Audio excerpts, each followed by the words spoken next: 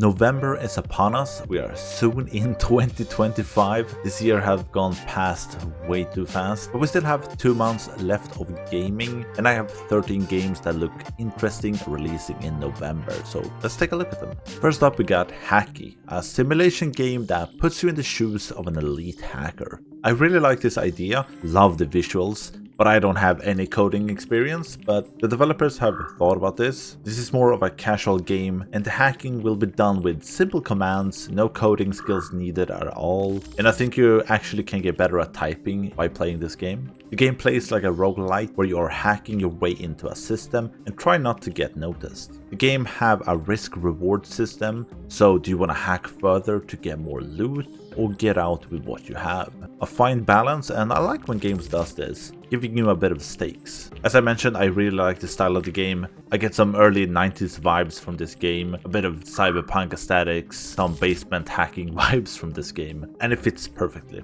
Hacky will be released on the 1st of November, developed by Napas Tortica. I hope I pronounced that correct. Then we have Zero Order Tactics, a strategy game that does strategy in an interesting way I haven't really seen before. You are basically God in this game, and you don't give orders to units. Instead, as God, you shape the battlefield in order to influence the enemies and how your units will act. For example, if you build a mountain in front of an enemy, they will have to go around it, or change a unit class in order to get the upper hand in a fight. This is basically how the game works, and there are a lot of things you can alter and create. So you'll have the battlefield and units laid out, and you then have to influence everything in order to achieve victory. The game has a roguelike structure to it as well, and I think this is a really cool concept. I really hope it works well and is challenging, but I like the new approach to strategy. Zero Order Tactics will be released on the 4th of November, developed by Paulundra. Then we have Petit Royaume, a relaxing building game without restrictions. These building games have been popping up and become really popular this year. Summer House is one I think of, that dropped back in March. Tiny Glade just dropped last month, and I think I'm blanking on at least 3 more. In this one you build on a bigger scale. You can build scenic landscapes or farm towns, but you can also build medieval cities and castles. I really like the tile structure. It gives the game and the world you create a unique look to it. What I don't like is the blue static background. It feels like a missed opportunity to do something more interesting. But the game have over 100 unique buildings and objects to place in your world, and on top of that there are over 300 variants or so of these items, plenty to play around with. There are different biomes with unique elements to them as well. But yeah, just another chill building game, but on a slightly bigger scale than Summer House and Tiny Glade. This one will be released on November 5th, developed by Tiny Studios. Then we have Unrailed 2 back on track. Here you and your friends need to work together to build a track so that the train does not derail. The train is moving slowly and you and your friends have to fight off enemies, clear up their environment, build the tracks and much more in order for the train not to derail. To accomplish this you have different characters, different trains, skills, to change up the strategy and your experience as well. The game features a story that will introduce a bunch of different environments, challenges and even bosses. It also has a creation mode that lets you create your own maps and of course share them. The game supports online play, it has remote play together and even PvP, although I don't know how that will work, but kinda cool. I think this looks like a really fun, party style game. It looks like it could be really hectic and chaotic and a great deal of fun with friends. It will be released into early access on the 7th of November and will stay there for roughly a year before full release. Developed by Indoor Astronaut. Next up is Atomic Picnic. This is a roguelike bullet heaven style game that you play in third person. The game can be played alone or with friends, up to 4-player co-op, and I do think it certainly looks like more fun with friends than alone, as the game is structured around killing waves of enemies with a boss at the end, from what it seems like. You'll gain experience, upgrade your weapons and skills in order to survive for longer. There seems to be a good bit of variety in the game's weapons, skills, leading to some variety and different builds. Traversal is also a key utility with dashes and tools to help you get around. I like more defined styles, and this leans a bit towards the cartoonish style, and I think it sets itself apart enough to be recognized. And I think it looks hectic and fun overall. I wonder about the amount of maps, characters, and replayability, and if they support this going forward after the release, I think this could have a great future. Release is planned for 7th of November, and it's developed by Bitcake Studio.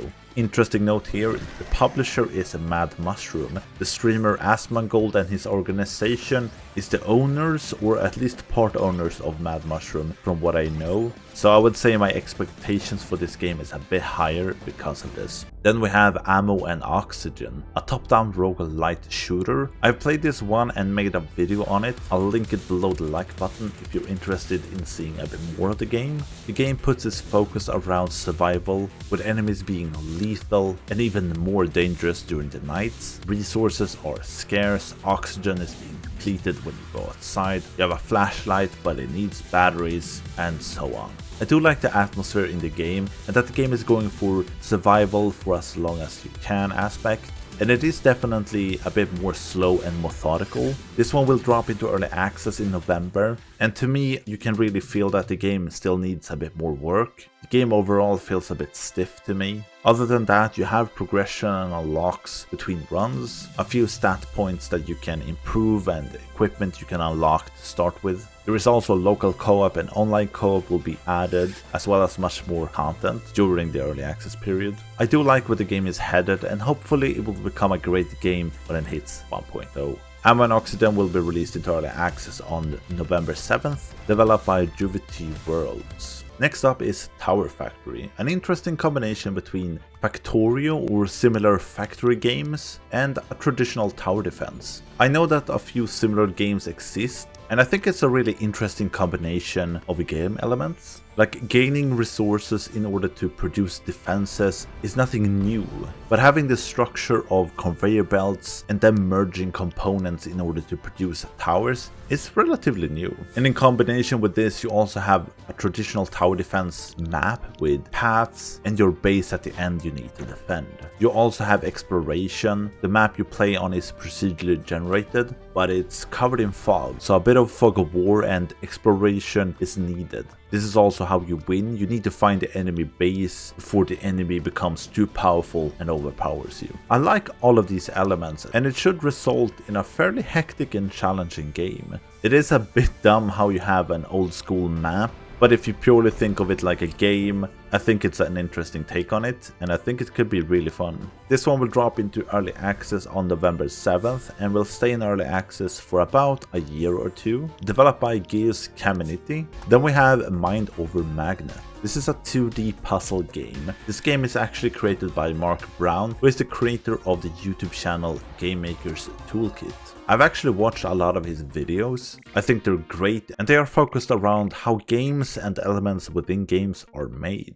Mind Over Magnet will take you through 50 puzzle levels throughout 5 worlds, all focused around magnetism. In the game you play 2 characters. One is a magnet and the other one is a TV on a wheel. It's a very cute looking game, and with over 50 levels, the game should get pretty challenging towards the end. At least I hope it does. I'm also very interested in seeing how magnetism will be used throughout the game, and if there are other elements being introduced as you go along. But should be an interesting puzzle game nonetheless. This one will be released 13th of November, developed by Game Maker's Toolkit. Next up is Tricky Madness, a snowboard game inspired by the SSX series and 1080. This is a more arcade-styled snowboard game, and personally I can see heavy inspirations from SSX Tricky in it. Some of the moves looks just like in SSX Tricky, or at least they're super similar. There haven't really been a snowboard game like SSX for a while, and I'm really looking forward to this one because of it.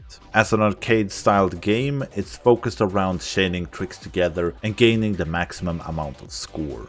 I'm a bit disappointed because the game will drop into early access on November 15th, but it will only have one of the 8 levels planned and 2 of the 8 characters playable. They also want to build an open world mountain and have a campaign revolving around that, but that won't be available in the early access either. So the game is a bit bare bones at the early access release, but this is definitely a title I will keep an eye on and wait for the 1.0 release. It will stay in early access for about a year or 2. The game is developed by Nathan Dirth. Next up is Rogue Command. This is a classic RTS game with roguelike elements. It's funny and very interesting how the roguelike structure is being combined with every other genre of gaming imaginable. And it definitely have produced a lot of great games, but an RTS is a first for me, and I think this could be really cool. Most of the game is structured like a standard RTS. You build your base, you harvest resources, explore the map, defend and attack with your units. The roguelike elements come in after each battle, because then you get to choose a blueprint card. These cards will add a new building for you to build and use. This will result in you getting different buildings that can produce different units, defenses, weapons and so on. It's an interesting way of doing this, and it will definitely keep the experience fresh and you'll having to adapt and strategize as you go. Then the maps you play on will also be procedurally generated, resulting in even more variables you can't control. The unfortunate thing here is that the game can only be played in single player. I think it would be so cool if you could get all of these elements to work in a PvP setting. It wouldn't necessarily be fair, but it would be really cool. Nonetheless, I like what the game is trying to do, and I hope it turns out well. Rogue Command will drop into early access on 18th of November and will stay in early access for about a year. Developed by Fennec. Next up is Super Rolling Heroes Deluxe. This is a game all about rolling, destroying and bouncing and maintaining momentum as you go down a hill. This is definitely a more chill game with 60 levels for you to roll down. I do really like the style of the game, very simple but clean. I like the destructible environments, a very nice touch. The game of course has a ton of unlockables, over 100 different items to customize your character with. You have 2 different difficulties to master. The game is however single player only. Again, my mind is a bit locked in on multiplayer, but it would have been really cool if you had multiplayer and a way to race against your friends. Like just couch co-op or remote play together would be amazing for this type of title. But other than that, I think this could be really fun, and it's probably going to be quite addictive as you wanna unlock everything and get a perfect score on each level. Release is planned for 21st of November, developed by Solid Neon Games. Then we have Neon Blood, an RPG with turn-based combat set in a cyberpunk world. You play as Detective Axel McCoy, must be a reference to Die Hard, right? Anyway, he becomes a key piece in uncovering a plot involving corruption and power within the city. I think the game looks amazing. Even though it uses pixelated graphics, the developers have really captured the cyberpunk aesthetics. The lighting and angles are great. You get to explore the city as you want, and from what I understand it should be jam-packed with life and people. There are of course dangers, but you will gain allies that will help you out, and that goes for the combat as well. The game is centered around you being a detective, so dialogue, getting information and follow clues is a big component of the game. I really like this angle for the game. It reminds me a bit of Nobody Wants to Die that got released recently. That game focused a bit more on the finer details and crime scenes, while this is more about the broader perspective. Release is planned for 26th of November, developed by Chaotic Brain Studios. Then we have Ved, a story-driven RPG. You follow Cyrus as he discovers the ability to teleport between 2 worlds. The story is a non-linear one and has multiple endings depending upon your choices. You have factions and a dynamic relationship system that will impact your choices, and there are loads of different characters you can influence as well. The combat in the game is turn-based, with positioning being very important. You also build up your own village for people to move into. This will grant you access to new skills and abilities. So the game is focused around many different support systems that all revolves around the story. I do like the art style. It is hand drawn, and then there seems to be animations done on top of that. It looks a bit funny at times, but I kind of like it. It's probably easier and cheaper to do this than alternatives. But I hope the story is good, because that will certainly make or break this game. There is no specific date for the game's release, but release is planned for November. Developed by Kara Clan. Thank you so much for watching, and I hope you found a few games here that sounds interesting to you. And before we know it, we're in December and the last month of the year. That will be a hectic month. I'll need to do some videos about games that have been released, and most certainly do top 10 best indie games released this year. So subscribe if you don't want to miss that. Otherwise, thank you so much for watching. Have a great day, and I'll see you in the next one. Bye.